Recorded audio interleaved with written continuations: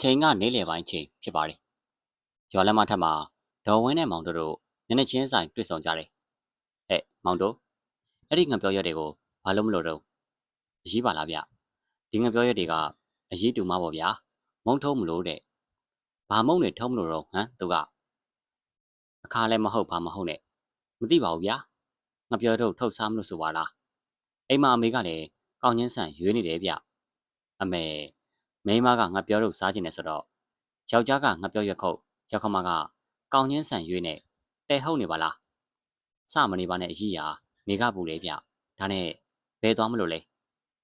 ဘဲကမှလဲတကြီးစီသွားမလို့လေဟော့ဗျာတကြီးကဘာဖြစ်လို့လဲဗျကျုပ်လည်းဘာမှမကြောက်မိပါလားဟဲ့တကြီးကဘာမှမဖြစ်ဘူးမနေ့ကပေးလိုက်တဲ့ဝတ်သားပကံလာမပေးလို့လေသွားတောင်းမလို့ကြာရင်ငါအိမ်ကပကံတွေသူ့အိမ်ကြီးပဲရောက်နေတော့မယ်ဒါဆိုလဲသွားကြီးတကြီးကမေးတယ်လုံးနေဗျကျုပ်လည်းညနေမှာပဲငါပြောလို့ရရင်လာဖို့မယ်နော်အေးပါအေးဒေါ်ဝင်းနဲ့မောင်တို့စကားစားဖြတ်ပြီးတော့ဦးတီယာတိုင်းဆက်ပြီးတော့သွားကြပါတယ်ငါပြောထုတ်တော့ခင်များချစ်ကတေချာလေးထုတ်ရတာပဲအေးညနေပိုင်းကမောင်တို့လာပို့သွားတဲ့ငါပြောထုတ်လေးနဲ့အကျန်းကြီးလေးတောက်ပြီးတော့ဖွားမစင်ကစကားစပြောလာတယ်ခင်များချစ်ကဟင်းအချက်ပြုတ်လေတော်တယ်အမေရဲ့အေးပေါ့လေမိဘကောင်းတော့လေတာသမီကောင်းရှာမှာပေါ့အမေစကားကြည့်လာလေဒါဆိုတာသမီမကောင်းရင်မိဘကမကောင်းလို့ပေါ့ဟုတ်လားကြီးလေနော်ဒီအသက်ဒီရွယ်ရောက်နေပြီဒီအမေစကားကိုနားမလည်သေးဘူးဒီလိုအေးမိဘကောင်းတယ်ဆိုတာကိုသားသမီးကိုတင်တက်ရတယ်ဒါမှလည်းကိုသားသမီးကလူတော်သူတော်တွေမှာနေတတ်ထိုင်တတ်ပါလေညီတို့တွေကိုပဲကြည့်ဒီအမေကနေရာတွေကဝင်ပါရတယ်ဆိုတာရှိလို့လားအဲ့ဒါငငယ်လေးကလေးကတင်ပေးခဲ့တဲ့အကျိုးကြောင့်ဒီရွယ်မှာတင်စရာမလိုတော့ဘူးလို့ပြောတာဘာမစင်ကပြောပြတော့ဒေါ်ဝင်းကခေါင်းလေးညှစ်ပြီးတော့ဖွားမစိန်အတွက်ရင်းနှီးချမ်းကိုငှက်ပေးလိုက်ပါတယ်။ရှင်ညွန့်နဲ့နန်းကြိုင်တို့ညီမကတော့ငါပြောလို့လေစားပြီးတော့ဖွားမစိန်တို့ပြောသမျှကိုငြိမ်ပြီးတော့နားထောင်နေကြတယ်။အမေကျုပ်အမေသားကိုတီးမခံနိုင်တော့ဘူး။ဟဲ့မိထား။အော်ကြီးဟစ်ကျန်နဲ့ညီကဘလို့ဖြစ်လာခဲ့တာလဲ။ဖွားမစိန်ရဲ့သားအလက်ကောင်မိမဒေါ်ထားတယောက်ငိုကြီးချက်မနဲ့ရောက်လာတယ်။ဒေါ်ဝင်းနဲ့မိထားကမျက်နှာကြောမတက်လှလို့ဒေါ်ဝင်းကမိထားကိုစစ်စစ်တောင်မကြည့်ဘဲနဲ့မေးတယ်။ဘာဖြစ်ရမှာလဲ။အမမောင်မျိုးကြော်လေလေတဲ့အိမ်မှာမိမတယောက်ကိုအထူခေါ်ထားတယ်တဲ့ဟေးမိမတယောက်ဟုတ်လို့လားမိထားရဲ့ညီဘယ်ကနေကြားလာခဲ့တာလဲမျက်စိနဲ့ရောမြင်ခဲ့ရလားကျုပ်အခုပဲသွားကြည့်မလို့အမေတို့ကိုအရင်လာပြောတာကျုပ်ကြိုပြောထားမယ်နော်ကျုပ်ဒဲနဲ့မပေါင်းနိုင်ဘူးအမလေးအေးမျက်စိနဲ့မြင်တာမဟုတ်ဘဲနဲ့ရမ်းတမ်းပြီးတော့မပြောစမ်းပါနဲ့မိထားအရင်ဆုံးသွားကြည့်ပါအောင်အေးနေပေါင်းမိဝင်မိထားညီကိုဒီကိစ္စဘယ်သူပြောတာလဲဘယ်သူရမှာလဲပိန်သေးမှပြောတာဒီကလေးပြောရင်မမှန်တာရှိလို့လားအမေကဲဒီလိုဆိုမိဝင်ညီလိုက်သွားညီမောင်ကိုညီကိုယ်တိုင်ပြန်ခေါ်လာခဲ့ဟုတ်ကဲ့ပါမေဘာမစင်ကလဲထဲမှာရှိတဲ့လဲဆောင်တဲစီကိုမိထားနဲ့တူတူဒေါ်ဝင်းကိုလိုက်ပါသွားစေတယ်ကျွတ်တို့ရောလိုက်သွားလို့ရမလားအဖွာနန်းကြိုင်ကမေးတော့ဘာမစင်ကခေါင်းညှိပြီးတော့ခွင့်ပြုတယ်ဒီလိုနဲ့မိထားဒေါ်ဝင်းနဲ့တူတူရှင်ညိုတို့ညီမလည်းလက်ကောင်ရှိတဲ့လဲဆောင်တဲစီကိုထွက်လာခဲ့ပါတယ်နေစမ်းမအောင်ညီယောက်ျားကအိမ်မမနေဘဲနဲ့ဘာလို့လေတော့မှသွားနေရတာလဲဒေါ်ဝင်းကမေးတော့မိထားကမျက်နှာငယ်လေးနဲ့ကျုပ်နဲ့ရန်ဖြစ်လို့အိမ်မောကဆင်းသွားတာ2 ရက်ရှိပြီမှငါတို့လည်းဘာမှမသိရပါလားအေးပေါ့လေညီတို့လင်မယားကအရေးရှိမှရောက်လာကြတာဆိုတော့လေဘယ်သိပါမလဲဒေါ်ဝင်းစကားမှန်နေလို့မိထားငြင်းနေလိုက်ပါတယ်ဒါနဲ့ရီထားလေးလေးမျိုးကျော်ကဘဲကမိမကိုခေါ်ထားတာလဲပိန်သေးမကဘသူဘဝဆိုတာတေချာပြောရလားရှင်ညိုကမေးတော့မိထားကောင်းခါရမ်းပြတယ်ငါလည်းတေချာတော့မသိသေးဘူးရှင်ညိုပိန်သေးမကငါအိမ်လာပြီးတော့အကြီးကဒီမှာလားကျုပ်စောစောကမှလဲတဲကပစုံလုံးကောက်ရင်နဲ့လဲတဲအိမ်မှာလေးလေးနဲ့မိမတယောက်ကိုမြင်ခဲ့တယ်ဆိုပြီးတော့လာပြောတာငါလည်းကြကြချင်းပဲညီတို့စီကိုထွက်လာခဲ့တာမှောင်နေပြီဖြစ်ပေမဲ့တောနေကြလမ်းနေမလို့စကားပြောရင်းနဲ့တွတ်လေးရှောက်လာခဲ့တယ်ဒေါ်ဝင်းကဘာမှဆက်မပြောဘဲနဲ့ငြိမ်ပြီးတော့လိုက်လာခဲ့ပါတယ်ရှေးကတဲမဟုတ်လားကြီးအေးဟုတ်တယ်ရှင်ညိုပြောရင်းနဲ့မိထားရှေးကနေဒေါနဲ့မောနဲ့သွားတယ်တဲအိမ်ရှိကိုရောက်တော့ခါကြီးထောက်ပြီးတော့ဟဲ့အကောင်မျိုးကျော်ထွက်လာခဲ့စမ်းမသားကောင်နင်းရမရားကိုပါအတုခေါ်လာခဲ့ဒီလိုအော်ဟစ်တယ်ဒေါ်ဝင်းကမိမိရဲ့မောင်ဖြစ်သူကိုဆဲဆုံနေတာတွေကိုမကြိုက်ပေမဲ့ဝင်းတော့မပြောဘူးမျိုးကျော်နင်းထွက်မလာဘူးလားမိထားအောင်နေချိန်တဲတွေကနေအလက်ကောင်တယောက်ထွက်လာတယ်ဟ ဟဲ့ကောင်နင်းမှာမယားတယောက်လုံးရှိနေတာကိုတခြားမယားကိုပါငါတဲမှာခေါ်ထားတယ်ဆိုတော့ပြောစမ်းဘယ်ကောင်မှလဲအဲ့ဒါဘာတွေပြောနေရလဲမိသားငါကဘဲကမိမကိုခေါ်ထားရမှာလဲဟာနင်းမလိမ့်နဲ့နော်ငါတေချာတိလို့ထွက်လာခဲ့တာဒီမှာနင်းအမနဲ့နင်းတူမတွေပါတက်သေးဖြစ်ခေါ်လာခဲ့တယ်ဒေါ်ဝင်းတို့ကမြင်တော့အလက်ကောင်မျက်နှာပြတ်သွားတယ်နင်းဟာငါအမတွေကိုဒုက္ခမပေးစမ်းပါနဲ့ဟာအောင်မလေးနော်တိတက်လိုက်တာတားလိမ့်မှာမောင်လိမ့်မလေးဟဲ့စမ်းနင်းမယားကိုငါရှာမယ်မိသားငါပြောနေတယ်လေတဲထဲမှာဘယ်သူမှမရှိပါဘူးဆိုတာမိသားနဲ့အလက်ကောင်တို့တယောက်တစ်ခုអော်ကြတယ်မိသားကတဲတဲဝင်မို့လို့တော့အလက်ကောင်ကတဲခွားကိုပိတ်ပြီးတော့မိသားဝင်မရအောင်တားထားတယ်ရှင်ညွန့်နဲ့နန်းကြိုင်တို့ကတော့ဒေါ်ဝင်းနေတူပဲသူတို့ကိုစိုက်ပြီးတော့လာကြည့်နေပါတယ်ဟဲ့ရှင်ညိုဒီအကောင်ကိုဆွဲစမ်းပါဟဲ့ဒါမှအထက်ကို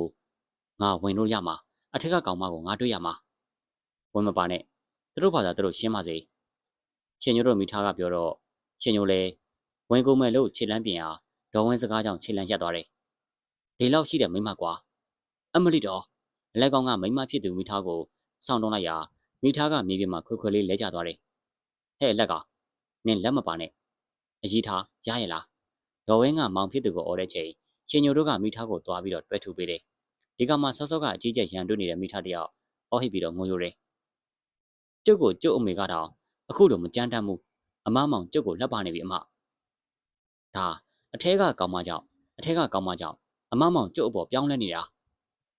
မိသားကိုတော့မတဲကြပေမဲ့လည်းဒေါ်ဝင်းတယောက်စိတ်မကောင်းဖြစ်ချတယ်တဲထဲမှာတခြားမိမမရှိရင်တော့နင်းအသားတကြီးဝင်ခိုင်းလေအခုတော့နင်းကတဲတဲကိုဝင်ခိုင်းမှုတော့မှကြောက်နေတာလားဟမ်အလက်က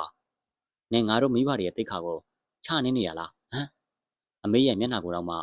နင်းမငဲတော့ဘူးလားဒေါ်ဝင်းကအော်ပြောတော့အလက်ကောင်တယောက်ခေါင်းကြီးငုံနေပါတယ်ဒီချိန်မှာပဲရှင်ညောကတဲတဲကိုအရင်ဝင်သွားတဲ့အခါဟမ်ဘယ်သူမှလည်းတဲတဲမှာမရှိပါလားဒီတန်းကရှင်ညောနောက်ကလိုက်လာတဲ့နန်းကြိုင်ရဲ့တန်းနန်းကြိုင်တန်းကြောင့်တဲတဲဝင်လာသူဟာအလက်ကောင်ဖြစ်ပါတယ်သူကိုယ်တိုင်ပဲတဲတဲကိုဘေးပညာကိုကြည့်ပြီးတော့အံ့ဩနေပုံရတယ်ဒေါ်ဝင်းနဲ့မိသားတို့လည်းတဲတဲကိုဝင်လာတယ်ဘယ်သူမှလည်းမရှိပါလားဒါကိုနေငါဘာလို့အကြောက်ကန်တားနေရတာလဲဟမ်လက်ကောင်ဒေါ်ဝင်းကမြေတော့အလက်ကောင်တပ်ပြင်းကိုချတယ်အမညမကကျုပ်ကိုအတင်းရန်လုံနေတာဗျကျုပ်ပြောတာပဲဘယ်သူမှမရှိပါဘူးဆိုတာကျုပ်မှမသိတာတော့ပိန်သေးမကတေချာလာပြောသွားတာတော့တဲမှမိမတယောက်ရှိတယ်တဲ့အလက်ကောင်ကဖြာချမ်းပေါ်ထိုင်လိုက်တယ်တမိထားညီမြင်ပြီမဟုတ်လားဘယ်သူမှမရှိဘူးညီကိုပိန်သေးမကတက်တက်စားနာသွားတာဖြစ်မှာဒေါ်ဝင်းစကားကိုမိထားခေါင်းငိမ့်နေ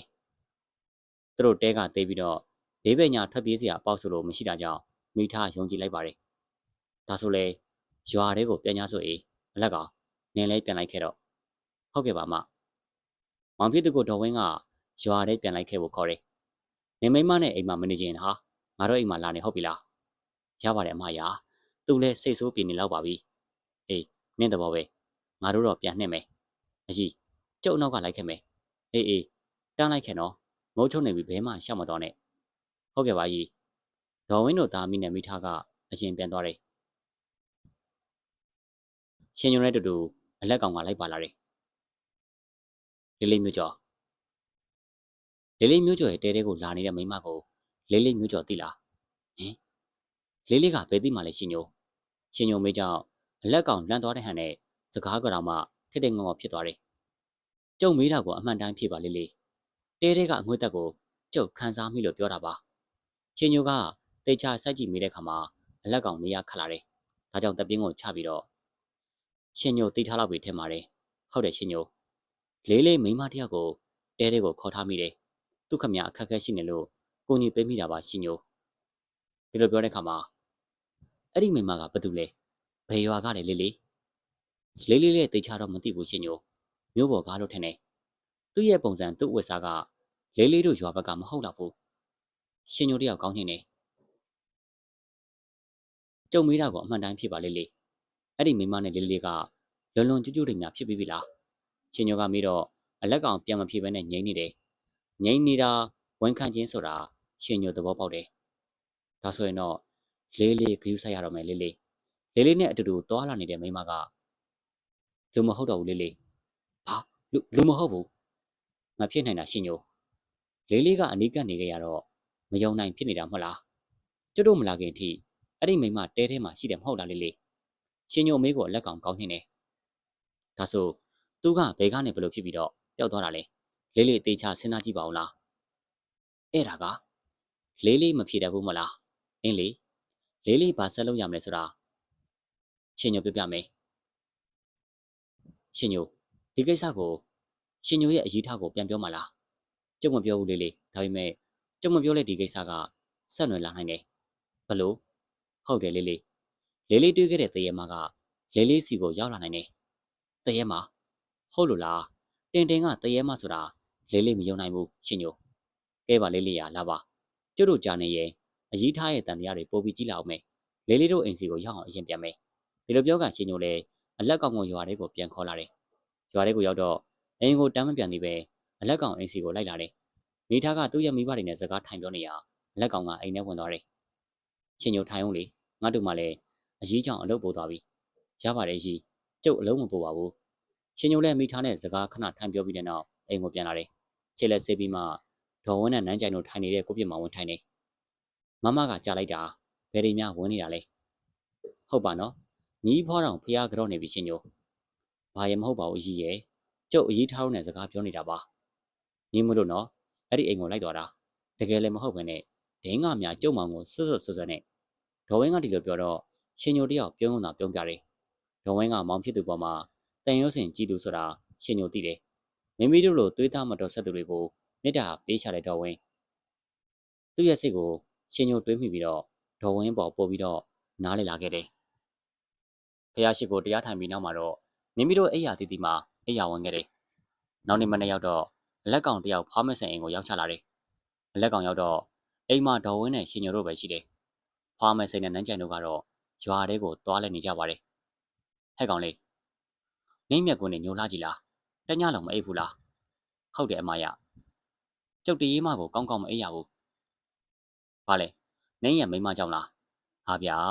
ခလေးရှိနေတာကိုဘာတွေပြောနေရလဲအမဟုတ်တော့နင်းမိမကစူဆဲနေလို့အိမ်မရတာလားလို့ပြောတာရှင်ညို့ကိုအလက်ကောင်အကဲခတ်တယ်တခုခုပြောချင်နေပုံနဲ့ရတယ်အလက်ကောင်ကိုကြည့်နေတဲ့ရှင်ညိုကနားလေတဲ့ဟန်နဲ့အကြီးကျုပ်တို့လက်ဖက်လေးတုပ်စားရအောင်အေးဘယ်ချိန်ရှိသေးလို့လဲကျုပ်စားချင်လို့ပါအကြီးရဲ့အေးဒါဆိုထိုင်ကြအောင်သွားတုပ်ပေးမယ်ဟုတ်လက်ဖက်ကကုန်နေပြီအကြီးဟဲဟုတ်လို့လားငါနဲ့ထားတဲ့လက်ဖက်တွေအများကြီးပါချင်းရောမရှိတော့ဘူးအကြီးရဲ့အေးလေဒါဆိုလဲကျုပ်ရွာထဲကိုသွားအောင်မယ်ပြီးမှတုပ်ပေးမယ်ရလားရတယ်ကြီးဒီနေ့စားရရင်ပြီးတာပဲခဏပါအေးကဲလက်ကောင်မပြတ်နေအောင်နော်နင်းတူမနဲ့စကားပြောနေကြကြလားဒဝင်းတယောက်ရွာထဲကိုထွက်သွားတယ်ရှင်ညိုညီးကိုလေးလေးပြောစရာရှိတယ်သိတယ်လေဒါကြောင့်အကြီးကိုရွာထဲကိုလှတ်တာလေးလေးပြောစမ်းမအောင်ဘာတွေများထူးနေလို့လဲထူးတော့ထူးတယ်မင်းမနေ့ကတင်းတင်းကိုတရဲလို့ပြောတယ်နော်အဲ့ဒါတကယ်ဟုတ်တော့တယ်ဟာမင်းညကလေးလေးရဲ့အိမ်မက်ထဲကိုလာတယ်လေးလေးကိုဂရိမတီလို့ရန်တွေများတွေ့နေတာရှင်ညိုလေးလေးဖြစ်နော်ပြန်ကုန်မအေးရဲတာနေစမ်းမအောင်လေးလေးကအဲ့ဒီတင်းတင်းဆိုတဲ့တရဲမကိုဘာတွေများဂရိပေးလိုက်လို့လဲရှင်ညိုရဲ့မေးကြောင့်အလက်ကောင်ငင်းကျသွားတယ်ရှင်ညိုကိုလည်းရှက်နေပုံရတယ်ဟုတ်တော့ကျုပ်ကိုရှက်မနေပါနဲ့လေးလေးတင်းတင်းဆိုတဲ့တရဲမနဲ့လေးလေးရဲ့ပတ်သက်ပုံတွေကိုကျုပ်သိထားမှဖြစ်မယ်ကြည့်ရတာဒီတရဲမကလေးလေးကိုညှိုးလာနိုင်တယ်နော်ဟင်ဒီလောက်တော့လားရှင်ညိုဒီထက်စိုးကျင်လဲစိုးရနိုင်တယ်ကဲပြောမှာဘာတွေများဂရိပေးထားလဲရှင်ညိုစကားကိုအောင်ပြောတော့မှအလက်ကောင်ကပြောလာတယ်ဒီလိုရှင်ညိုလေးလေးမှားတာလည်းပါတယ်တကယ်တော့လေသမီးရဲ့အတော်မိထားကနှုတ်ကြမ်းအားကြမ်းသူနဲ့မတူတဲ့တင်းတင်းအပေါ်လေးလေးမြစ်တာရှိခဲ့တယ်မြစ်တာကျုံသွားပြီးတော့သူ့အပေါ်စောင်းလျှောက်ပေးမယ်ကြောင်းအတူတူနေသွားမယ်ကြောင်းနေပါနှုတ်ကြုံမိတယ်ဒါကြောင့်ထင်တယ်နော်သူ့လေးလေးကိုမကြင်မနဲ့ဖြစ်နေရှာတာလေးလေးကသူ့အတွက်ပေးထားတာဆိုတော့ကျုပ်မပြောလို့ဘူးဒါပေမဲ့သူကိုယ်တိုင်ကဘောဟာချားနေတာကိုသိသိနဲ့ဝင်တို့တာဒါကိုအညှို့ထားရင်တော့သူမှားပြီပေါ့လေးလေးဒါဆိုလေးလေးဘာဆက်လုပ်ရမလဲရှင်ညိုသူ့ကြည့်ရတာလက်လျှော့မဲ့ပုံတော့မပေါ်ဘူးဒီညအချိန်နဲ့စောင့်ကြည့်ရမှာပဲလေးလေးမပူနဲ့ညကျရင်လေးလေးတို့စီကိုကြောက်လာနေမယ်ဟုတ်သမီးရဲ့အတော်ကိုဘယ်လိုပြောမှလဲဒါတော့လေးလေးရာကြံရမှာပဲအရေးထားထိတော့ကြောက်တဲ့တာဝန်မယုံနိုင်ဘူးလေအင်းလေးလေးအပြစ်နဲ့လေးလေးပေါ့ကွယ်လက်ကောင်ဟာမိမဖြစ်သူမိထားတည်သွားရင်ဆိုတဲ့အတွေ့အတာကြီးစိုးနေပါတယ်ကဲလေးလေးအမတုတ်ကြည့်တဲ့လက်ဖက်တုတ်စားပြီးမှပြန်တော့ကျုပ်လည်းရွာလေးကိုသွားအောင်မယ်ရှင်ညိုအိမ်ကထွက်သွားတော့ကိုပြစ်ခဲမှအလက်ကောင်တယောက်တည်း ထိုင်နေခဲ့တယ်။မာကြီးခင်ဘာတွေလုပ်နေရလဲ။ဟောရှင်ညိုဘာလို့ရမှာလဲအေးစူပုတ်ရွက်လေးကြော်မလို့ပြင်းနေတာ။မာကြီးခင်တယောက်ထဲလားကိုကြီးတို့ရောလဲသွားလဲ။ဘဲမှမသွားဘူးအေးနောက်ဖေးမှာပြောင်းရုံဆင်းနေတယ်။အလုပ်တွေစူးစမ်းနေတယ်ပေါ့ဟုတ်လား။အမလီအိမ်ကတ်တုံးလေးလှုပ်တာပါအေးရှင်ညိုကခင်များချင်းနဲ့တူစကားထိုင်ပြောပြီးတော့အရွက်ကျန်းတွေကိုကိုပြီးတော့ဖဲပြီးတယ်ခဏကြတော့ချွေးတရွှဲနဲ့မောင်တို့ရောက်လာတယ်။အော်ရှင်ညိုတောင်ရောက်နေပါလားဘယ်လိုလဲမနေ့ကငါပြောထုတ်ရောစားကောင်းရဲ့လားမကောင်းပဲလားတော့ကျုံးမကြီးခင်လိုက်ရကအကုန်ကောင်းနေရောပဲအမလီဗျာရှင်ညိုတို့များအစားကောင်းစားကြတော့သူ့အမကိုဖားနေတာဖားတာမဟုတ်ပါဘူးတော့ရှင်ညိုတို့ကအမှန်ပဲပြောတတ်တာနော်မကြီးခင်ရှင်ညိုကခင်များချစ်ကိုပါအကူကြီးခေါ်တော့ခင်များချစ်ကသူတို့နှစ်ယောက်ကိုမနိုင်ဆိုတဲ့အကြည့်နဲ့ကြည့်ပြီးတော့ပြောပြတယ်ကိုကြီးတို့အလုပ်ပြီးပြီလားအေးပြီးပြီဟာအကြီးကညီကိုဘာများခိုင်းလိုက်လို့လဲအကြီးခိုင်းတာမဟုတ်ဘူးအခုကအကြီးရဲ့မောင်လေးလေးမျိုးကျော်ကိစ္စကိုပြောမလို့ဟေးလေးလေးမျိုးကျော်ဘာဖြစ်လို့လဲဟာဘာဖြစ်ရမှာလဲကိုကြီးတို့လေးလေးမျိုးကျော်မှွေထားတဲ့ကိစ္စလေးအဲ့ဒီကိစ္စကိုဘယ်သူမှမသိအောင်ကျွတ်တို့တွေရှင်းပြရမှာဟောဗျာဘာများဖြစ်လို့တုံးဟာရှင်ညိုလဲမောင်တို့ကိုအကြောင်းစုံရှင်းပြတယ်ခင်ဗျားချစ်ကတော့နားထောင်ရုံသာနားထောင်ပြီးတော့ဝင်ပြီးတော့မပြောဘူးဒီလောက်ကြီးတောင်ဖြစ်ကုန်တာလားလေးလေးကလည်းခတ်ပါနော်အမေသူများကိုပြောမနေပါနဲ့တော့အဲ့လိုမျိုးကြုံလာရင်တော့ကျုံနဲ့တွေ့ပဲနော်ဟောဗျာကျုံနဲ့ဘာဆိုင်လို့တော့ခင်ဗျားချစ်ရဲ့ခင်ဗျားချစ်ကမောင်တို့စကားကိုပြန်မဖြစ်ပဲနဲ့နေဖို့လည်းဝင်သွားပါတယ်ကျုပ်စကားဆက်ပြောပြစေဦးရံမဖြစ်နဲ့ဦးကျုပ်ပြန်မှဖြစ်အောက်မှာငင်းပြန်မှရံဖြစ်ရမှာလားတကယ်ပါပဲရံမဖြစ်အောင်မတားပဲနဲ့သူ့ပြန်မှဖြစ်ရမယ်လို့ကဲပြောဆက်ပြောဒီလိုလေအဲ့ဒါလေးလေးမျိုးကျော်ကိုတင်ညတရဲမကလာပြီးတော့တတ်နိုင်ရရှိတယ်ဟေးဒါဆိုဖွားကိုပြောဖို့မလိုဘူးလားနေဦးဒီကိစ္စကိုသူမိမတောင်သိလို့မရတဲ့ဟာဖွားတို့ကိုကျုပ်ကဘလို့မျက်နှာနဲ့တွားပြောရမှာလဲအစတုန်းကလေးလေးမျိုးကျော်ကိုအမြင်ကက်လို့သူမိမသိတာမသိတာကျုပ်နဲ့မဆိုင်ဘူးလို့ပြောထားခဲ့မိသေးတယ်ပြန်တွေးကြည့်တော့လေကျုပ်လည်းစိတ်မကောင်းဘူးဒီတော့ကျုပ်စဉ်းစားတာရှိတယ်အဲ့ဒါကိုကြီးတိုးနဲ့ကိုကြီးအောင်ကအကောင့်ထဲဖော်ပေးရမယ်ပြောစမ်းမအောင်ဟာနင်းဘလို့များစဉ်းစားထားလို့လဲရှင်ညိုတဲ့သူစဉ်းစားထားသမျှကိုမောင်တို့ကိုပြောပြတော့မောင်တို့ကခေါင်းညှက်ပြီးတော့နားထောင်နေကြဘလို့လဲကျုပ်ပြောတာသဘောကျလားသဘောကျတယ်လို့ရှိပါမလားဟာဖြစ်နိုင်တာကိုလောက်ရမှာပေါ့အမလေးနော်သဘောကျတယ်ပေါ့ဝန်ခံစမ်းမှာတော့တေမင်းနဲ့စစ်ခင်ရမှာကိုငါကသဘောကျရမှာလားဟာဟမ်အယူမတေမင်းနဲ့မဟုတ်ရပါဘူးတော့လေးလေးမျိုးကျော်ရဲ့မဟေတီတင်တင်နဲ့စစ်ခင်ရမှာပါအေးပါနေနဲ့တင်တင်နဲ့စစ်ခင်ရမှာငါကြောက်တယ်ကျုပ်တင်နေမဟုတ်ပါဘူးတော့လေးလေးမျိုးကျော်ရဲ့တင်တင်မှာအေးပါဒါနဲ့ငါတို့ကဘယ်လိုမျိုးစစ်ခင်ရမှာလဲကဲနင်ပြောလို့ပြီးပြီဆိုရင်တော့ငါရေးသွားချိုးတော့မယ်ပြောင်းရိုးတွေဆင်းထားတော့လူတကောလုံးရားရနေပြီဟာသွားချိုးကျုပ်လည်းပြန်တော့မယ်ညကြမှာဆုံးမယ်ရှင်ညိုကကိုပြစ်ခင်ကဆင်းပြီးပြန်မို့ပြင်တော့တင်တင်ရဲ့အမနေကိုစူပိုးရွက်ကျော်ထက်သွားခင်များချစ်ကလှမ်းအော်တယ်နေစမ်းမအောင်တော့တင်တင်အမကဘသူ့ကိုခေါ်တာတော့ဝိုင်းနဲ့လည်းဘသူမှမမြင်ပါဘူးဟိုကနင်းကိုရွက်ခေါ်နေတာတွားယူခင်များချစ်ကစားနောက်ခေါ်တာကိုရှင်ညိုတယောက်မသိချဘူးမာကြီးခင်တော့ကျုပ်ကတင်းတင်းအမမဟုတ်ပါဘူးတော့ကျုပ်ကနန်းကြိုင်ရဲ့အမပါတိပါတော့တိပါတော်တို့မောင်နှမတတင်တင်နဲ့တင်တင်ဖြစ်နေကြလို့အမြင်ကပ်ပြီးခေါ်လိုက်တာဟီမာကြီးခင်အကုန်တီးသွားပြီဆိုတော့လေရှူးရှူးနော်ရှင်ညိုကခင်များချစ်ကိုဘသူ့ကိုမှပြန်မပြောဖို့လက်ဟန်လှုပ်ပြရှာတယ်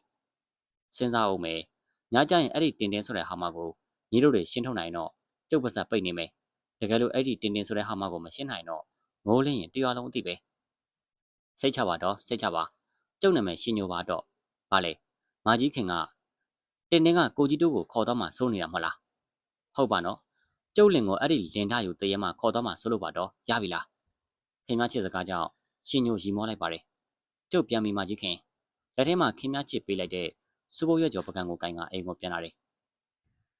အချိန်ကညတကောင်ဖြစ်နေပြီဖြစ်ပါတယ်ခေါင်းမစင်အောင်ဖျားရှိကိုပြီးတော့အိယာဝင်နေလို့အိမ်မှာရှိတဲ့လူတွေရဲ့အခြေအနေကိုကဲခတ်ပြီးရှင်ညိုသူ့ရဲ့လွယ်လေးကိုလွယ်တော့အိမ်ကထွက်လာတယ်ရှင်ညိုဦးတီတာကရွာနာပိုင်းမှာရှိတဲ့အိမ်ကြီးတအိမ်စီကိုအဲ့ဒီအိမ်ဟာလုံမနေတာအတော်တန်ကြပြီဖြစ်ပြီးရခိုင်နေထိုင်သူတွေလည်းမြို့ကိုပြောင်းသွားကြပြီဖြစ်တယ်ရှင်ညိုမောင်အောင်ကလေတံခတ်အုပ်နဲ့လှမ်းခေါ်တယ်ကိုကြီးတို့လေးလေးမျိုးကျော်ရောရောက်နေပြီလားကြပေါ်ဟာငါတို့ညနေကလေးကဒီမှာရောက်နေကြတာရှင်ညိုအိမ်ထဲဝင်လာတော့ ဖုံနဲ့အမိုက်တွေကင်းရှင်းနေတာကိုသတိထားမိတယ်ရှင်ညိုလာဟငါတို့ကနင်လာမလာပါမလားလို့လာပါတယ်တော့အဖွားတို့မအိတ်သေးလို့စောင့်နေရတာငါတူမလေးလေးလေးကြောင့်ပင်ပန်းရပြီအမလီနော်လေးလေးမျိုးကျော်ကသူ့တူမကြတိတက်တယ်ကျွတ်တူမတော့ဒီအိမ်ထဲကဖုံနဲ့အမိုက်တွေကစားရှင်းထားရတာဘလောက်တောင်ပင်ပန်းလဲအေးပါငါတူတွေလည်းပင်ပန်းကြပါတယ်လေးလေးတော့မင်းတို့ကိုအားနာမိတယ်ကွာကျုပ်ကစတာပါလေးလေးရာဘာမှမဖြစ်ပါဘူးဗျလေးလေးအရေးကကျုပ်တို့အရေးပဲလေမောင်အောင်စကားကြောင့်အလက်ကောင်ပြုံးသွားတယ်ကဲလေးလေးအိတ်မှာဆိုတော့အိတ်တော့ကျုပ်တို့လည်းအိတ်တော့မယ်ရှင်ညိုကမောင်တိုးတို့ခင်းထားတဲ့ဖြာချမ်းပေါ်မှာလှည့်အိတ်တယ်မောင်တိုးနဲ့မောင်အောင်တို့လည်းဘေးမှာရှိတဲ့ဖြာချမ်းပေါ်လှည့်အိတ်တယ်လက်ကောင်တယောက်သာတက်သားခုံနှန်းရှိပေါ်မှာအိတ်တယ်ပတ်ဝန်းကျင်တစ်ခုလုံးတိတ်ဆိတ်နေလို့မျက်လုံးနဲ့မှိတ်ထားရင်းကနေအိပ်ပျော်မသွားစေဖို့ရှင်ညိုသတိထားနေရတယ်ဒီချိန်မှာပဲအိမ်တကားစီကထွက်ပေါ်လာတဲ့ကျွေးဆိုတဲ့အတန်ကိုရှင်ညိုကြားလိုက်ရတယ်တင်တင်အလက်ကောင်ရဲ့အတန်ကိုပါရှင်ညိုကြားလိုက်ရပါတယ်တင်တင်အကိုတောင်းပန်ပါတယ်တင်တင်ရှင်ညိုညင်နေပေမဲ့မောင်တိုးနဲ့မောင်အောင်ကလှုပ်ရှားလို့လာတယ်အမလီတင်တင်အကုတ်ကိုရက်ဆက်တော့မှလားအလက်ကောင်ရဲ့စူးစူးနစ်နစ်အတန်ကြောင့်ရှင်ညိုလွှားကနေထားတယ်ရှင်ညိုမြင်လိုက်ရတာကတင်တင်ဆိုတဲ့အယုံငုံငုံထွက်နေတဲ့သပင်ဖားလားနဲ့တရေမဟာအလက်ကောင်လေပင်ကိုအားကုန်ညှစ်ထားတယ်ရှင်ညိုလည်းတရေမကိုသူ့ရဲ့အင်းဆက်ကူနဲ့ပြစ်ပေါက်လို့အလက်ကောင်နဲ့ဘေးကလည်းလွန့်ထွက်သွားစေတယ်မောင်တိုးတို့ကလည်းအလက်ကောင်ကိုအရဆွဲခေါ်ပြီးတော့ရှင်ညိုနောက်မှနေနေကြတယ်တရေမကအညှို့ကြည့်တယ်သူမမျက်လုံးတွေကညအမမနေရဲနေပြီးတော့ဟဲ့တရေမနင်းကကိုနဲ့မဆိုင်တာကိုလိုချင်နေတာပဲလာရလမ်းတိုင်းပြန်မလားဒီမှာပဲအသေးခံမလားဆိုတာနင်းရွေးပြီးတော့ရှင်ညိုပြောပြီးမယ်တရေမကအလက်ကောင်ကိုသာစိုက်ကြည့်တယ်။အော်နင်းကပြောမရဘူးပဲ။ကဲနင်းပဲနိုင်မလား။ငါကပဲနိုင်မလားဆိုတာသိရအောင်လို့ကြံကြတာပေါ့။တရေမကအင်ကြီးအတွင်းနေရာမှာစောက်ထိုးကြီးပြစ်တက်လာတယ်။ရှင်ညိုမောကြည့်နေတော့လက်ကောင်စီကိုဥတီသွားတာမလို့လွယ်ရီတွင်းကအကြည့်လုံးကိုထုတ်လို့အကြည့်ကျိုးကိုတရေမစီပြစ်လိုက်ရာအကြည့်ကျိုးဟာတရေမရဲ့ကိုယ်ကိုကျိုးတစ်ချောင်းအရွယ်စားနဲ့ပတ်ပြီးတော့ချီနှောင်သွားတယ်။တရေမဖြုံးဆိုတဲ့အတန်နဲ့တူတူရှင်ညိုချုပ်ထားတာတွေကိုတရေမကဆွဲယုံလိုက်ရာချီကျိုးတွေပြတ်ထွက်ကုန်တယ်။နင်းကလည်းမခေပါလား။တရေမကအရှုံးမပြီးအလက်ကောင်စီကိုအရောက်သွားပြီးတော့သူ့ရဲ့ခြုံထက်တဲ့လက်သေးတွေနဲ့အလက်ကောင်အသေးတွေကိုထုတ်ယူဖို့ကြိုးစားတဲ့ချိန်ရှင်ညိုကဖနှောက်တစ်ချက်ပေါက်ပြီးတော့ဂါးထားရွတ်တဲ့ခါမှာတော့အီးဆိုတဲ့အတန်နဲ့တူတူအော်ဟင်းရင်းနဲ့တရေမကြမ်းပြစ်မော်လူးလွှဲနေတယ်။အမလီအကိုကျုပ်ကိုကဲပါအောင်ကျုပ်ကိုကဲပါအောင်ကျုပ်ဘာများမှလို့လဲအကိုနဲ့အတူတူနေချင်တာကျုပ်အပြစ်လားအကိုတရေမကလှပတဲ့မင်းကလေးတွင်ပြောင်းပြီးတော့လက်ကောင်ကိုအတနာခံရှာတယ်လက်ကောင်ကလည်းတရေမကိုကြည့်ပြီးတော့တပြင်းသာချနေတယ်ကျုပ်ကိုတနာပါအောင်ကိုကျုပ်ကိုတနာပါအောင်ခရီးဖြစ်တာအကိုလေးအကိုကဲပါအောင်တရေမအဆက်မပြတ်အော်နေတယ်ရှင်ညိုကဂါရာရွတ်တာကိုမရက်သေးဘူးမောင်တိုးနဲ့မောင်အောင်ကလည်းတရေမကိုတလဲအလက်ကောင်ကိုတလဲကြည့်ပြီးကက်ခတ်နေရရှင်ညိုတော်ပါတော့ကွာသူ့ကိုလှုပ်ပေးလိုက်ပါတော့သမီးလေးလေးခွန့်လွတ်ပါတယ်သူ့ကိုလှုပ်ပေးလိုက်ပါတော့သူ့ကိုလေးလေးတနာလို့ပါသမီးရဲ့နော်သမီးလက်ကောင်ကရှင်ညိုကိုတောင်းဆိုတယ်ရှင်ညိုကဂါရာရွတ်တာကိုရက်ပေးပြီးတော့တပြင်းချလို့တင်နဲ့ကျုပ်ကဘဝချင်းမှမတူတာတင်ကျုပ်စကားကိုနားထောင်ပါနော်ကျုပ်တင်နဲ့ပေါ်မေတ္တာရှိပါတယ်ဒါပေမဲ့ကျုပ်တို့ရဲ့ဘဝကနီးစပ်ဖို့ကမ်းမှပါမလာတာတင်ဆက်ပြီးတော့မမိုက်ချင်ပါနဲ့တော့ကွာနောက်တစ်ခါဆိုကျုပ်တင်ကိုကဲတင်ပေးနိုင်မယ်လို့မထင်ဘူးတင်လက်ကောင်ကဒီလိုပြောတဲ့အခါမှာတရေမဟာအော်ဟစ်ပြီးတော့ငိုယိုပါတယ်အလက်ကောင်နဲ့တရေမတို့ကိုကြည့်ပြီးရှင်ညိုစိတ်အတွင်းကနေငနက်ကြီးငါနင်းကိုခေါ်တယ်ငါရှိတဲ့နေရာစီကိုအရောက်လာခဲ့ခဏတွင်းမှာငနက်ကြီးရောက်လာတယ်ငနက်ကြီးရဲ့ကြီးမားတဲ့ကိုယ်လုံးကြီးဟာရှင်ညိုမျက်လုံးတွင်းမှာထင်းနေတာ